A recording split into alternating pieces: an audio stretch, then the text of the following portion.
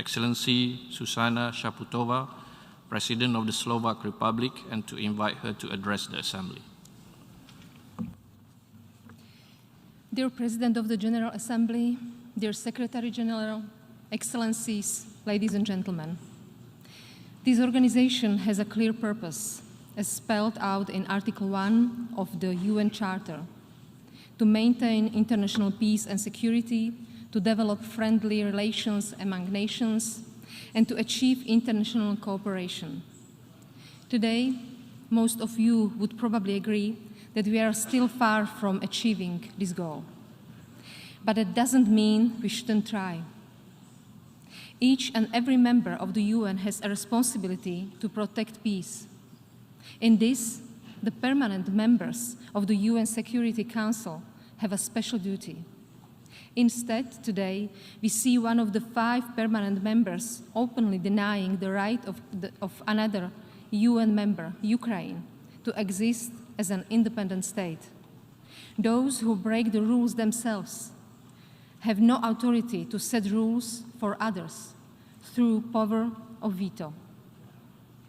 The wrongs of Russia's aggression could not be clearer. 141 countries deplored Moscow's war against Ukraine in a General Assembly resolution. No veto at the Security Council can change the fundamental truth. The truth that today, rather than protecting global peace, Russia is doing everything to undo it. Moscow's aggression has inflicted harm on the entire world. Thousands of innocent Ukrainian civilians have been killed. Millions had to leave their homes, triggering one of the largest refugee crises in Europe's history. 50 million people are on the brink of starvation in Africa and Asia. Russia's blockage of Ukraine's ports and confiscation of its harvest has made that already grave global food crisis even worse. We welcome the deal mediated by the Secretary General Guterres and Turkey, and we call on Russia to fully unblock all Ukraine's ports. Otherwise, the world will continue to suffer. The democratic world and all of us must be a voice of Ukraine, the voice that won't be silent, one voice that will continue to testify about Russia's crime in Ukraine, the voice that will remember and that will act so no one is ever allowed to commit such atrocities again. Excellencies, Vladimir Putin hopes to conquer Ukraine and scare the rest of us.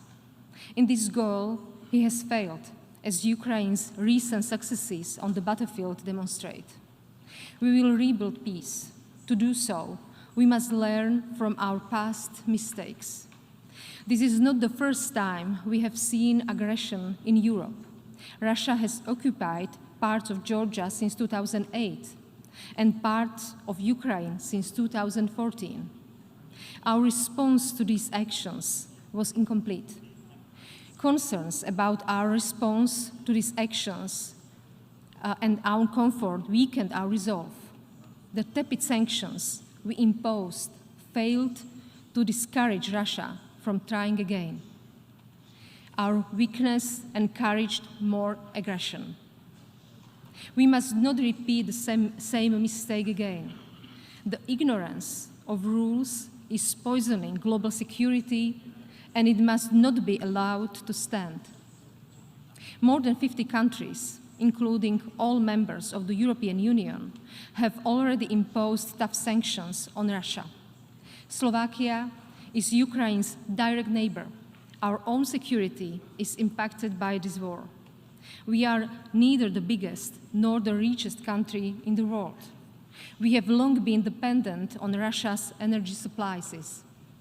But we chose the protection of our fundamental rights. We have imposed sanctions on Russia and are supporting Ukraine, including through military aid, because Ukraine's fight is just and defensive and in line with international law. I invite all of you to join. We should all help Ukraine politically, militarily, financially. because this is the only way how we can restore peace. Honorable members, the war in Ukraine is not the only crisis exposing the gap between the rules and commitments we agreed on and their practical realization. In November, we will have already the 27th COP summit in Egypt, but our actions remain dangerously behind our words. Our greenhouse gas emissions are not falling fast enough. How much more scorched earth? How many millions more climate refugees? How many flood victims does it take to convince us that ignoring our commitments is no longer an option? We are desperately behind in cutting our emissions. Worse, we hear voices that argue that climate crisis must wait because of increasing energy prices. This would be a grave mistake. Yes, the price increases are painful, and we must help those who risk losing access to energy. But we must not lose sight of the bigger picture. We are talking about the rising prices of commodities, which we must phase out anyway to stop the planet's warming. Rather than bring back subsidies for coal or gas, we must transition away from them. Renewable energy is less dependent on those who are trying to use gas or oil as an energy weapon. And it's cheaper. Despite the current energy crisis, Slovakia stops using coal as a source of energy next year. We are investing in renewables and launching a retrofitting program for buildings to boost energy efficiency, because the cheapest energy is the one you don't use. We can only do this together, globally, and in solidarity with each other. We need all big economies to join and help those who need it. At this year's COP27, we need a significant increase of funds for lower and middle-income countries. Many of them contribute very little to our planet's heating, but suffer the most from its consequences. Excellencies, as the world community, we have put short-term comfort over lasting solutions when it comes to two crises, that of international peace order and that of our climate. But there is a third crisis of relativization of values, facts, and expertise, as well as a decrease of trust in democratic institutions. We are facing an epidemic of lies, propaganda, and disinformation. It's hardly new, but thanks to the rise of social media, it is more powerful.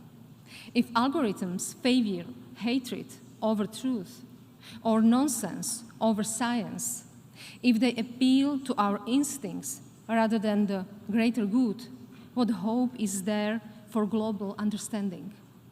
Or for the sort of cooperation that the UN has been created to advance? Democracies are tolerant by default, but they die if they start tolerating intolerance. Along with the rest of the European Union, Slovakia leads the way for an achieved and democratic regulation of major social platforms and online media. Online space should be guided by the same democratic rules that apply offline. We welcome UN initiatives for rules for state behavior in cyberspace. The efforts toward a so-called Digital Geneva Convention are justified and needed. The crises I mentioned have a disproportionate impact on women and girls. This plays out in higher rates of gender-based and domestic violence, greater economic insecurity and poverty, or worse access to education and healthcare. However, I'm not here to portray women as victims. I'm here to call on all of them to step up their engagement in public affairs. Women are agents of change. The world has a collective responsibility to support them, because we are already seeing the consequences of a world that is run without taking their unique and diverse experience into proper account. Ladies and gentlemen, time has not been very favorable to the ideas that build and sustain this organization. The peace we should safeguard is fraying. The international cooperation we should foster hasn't prevented a climate catastrophe. And the spirit of shared global commons that the UN embodies is under attack from extremists, their voice multiplied by new technologies. Half measures are not enough to cope with these challenges. We have tried that before. It's time for action and for clarity. We, the members of the UN, need to clearly side with victim over aggressor. We must choose international rules-based order over the power of gun. We must urgently deliver on our climate goals and find working rules for social media platforms to protect our societies and the international order. Sure, we can delay and compromise. But again, history teaches us that passivity and ignorance never solve crises. They only delay the moment of reckoning. And since obeying even the smallest of rules matters, let me finish here to respect the agreed time limit. Thank you. On behalf of the Assembly, I wish to thank the President of the Slovak Republic for her statement, and I request protocol to escort her Excellency.